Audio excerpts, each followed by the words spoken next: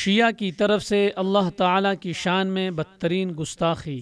یہ آپ دیکھیں گے دیواروں پر یا علی مدد جہاں لکھا ہے وہاں یا اللہ مدد یا اللہ مدد یا اللہ مدد، تو میں نے کہا تھا میں اس کا جواب کوئی نہیں دیتا، بلکہ یا اللہ مدد لکھا ہوا جب دیکھتا ہوں تو علی کی حقانیت کو سجدے کرنے کو جی چاہتا ہے۔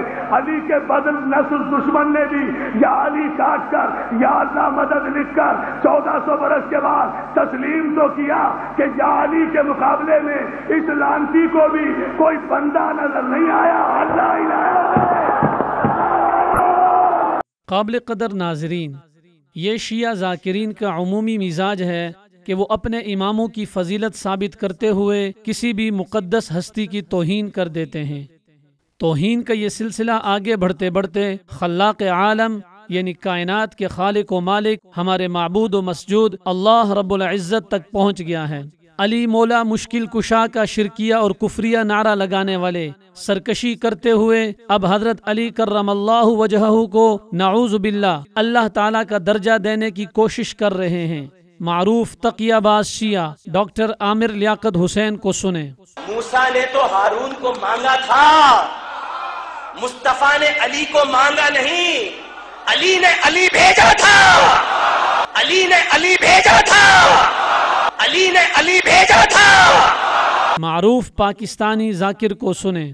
پادری نے پرچہ اٹھایا، کاغذ قلم لیا، ایک ذائچہ بنایا، دیکھا، پھاڑ دیا، دوسرا لیا، بنایا، پھاڑ دیا، تیسرا لیا، بنایا، پھاڑ دیا، چوتھا لیا، بنایا، پھاڑ دیا۔ جب لاتعداد ذائچے بناتا رہا، پھاڑتا رہا، ابو طالب نے کہا بتاتا کیوں نہیں کہ 13 رجب کو اتنے بجے جو بچہ آیا وہ کیا ہوگا؟ پادری کھڑا ہو کر کہنے لگا ابو طالب جو وقت تو بتا رہا ہے اس میں اللہ تو پیدا ہو سکتا ہے، بچہ پیدا ہے، اس میں اللہ تو پیدا ہو سکتا ہے، بچہ پیدا ہے۔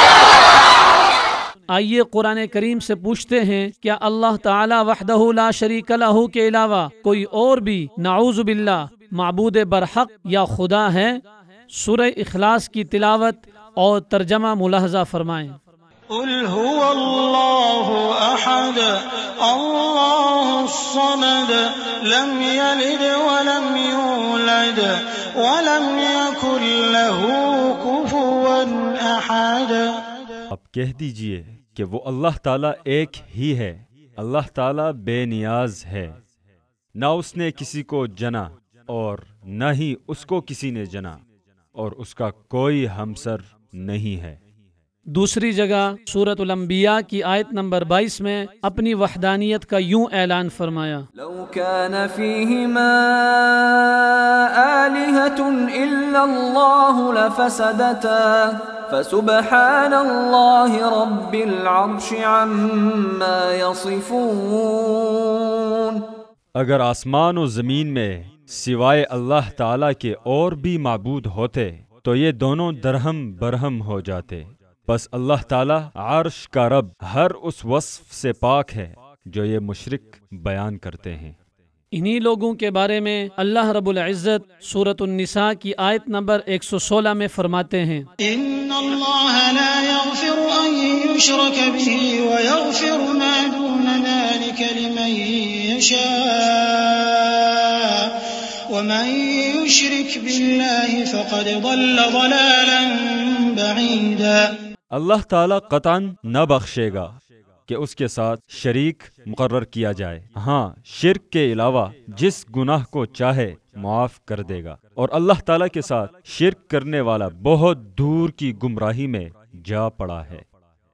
ہماری شیعہ عوام سے دردمندانہ اپیل ہے کہ ان مکار چال بازوں اور روایتی سوداگروں سے بیزاری کا اعلان کریں، اللہ تعالی اور اللہ کے پیارے رسول حضرت محمد صلی اللہ علیہ وسلم کی اطاعت قبول کریں، اہل بیت اور سارے صحابہ کرام رضی اللہ عنہم اجمعین کی حقیقی محبت کو پالیں، اسی طرح جس طرح خود محمد صلی اللہ علیہ وسلم ان سے محبت رکھتے تھے۔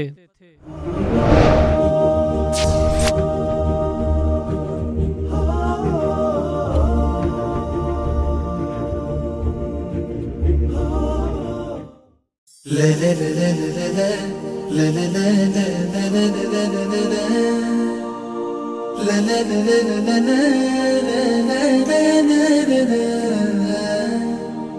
لا لا لا لا لا لا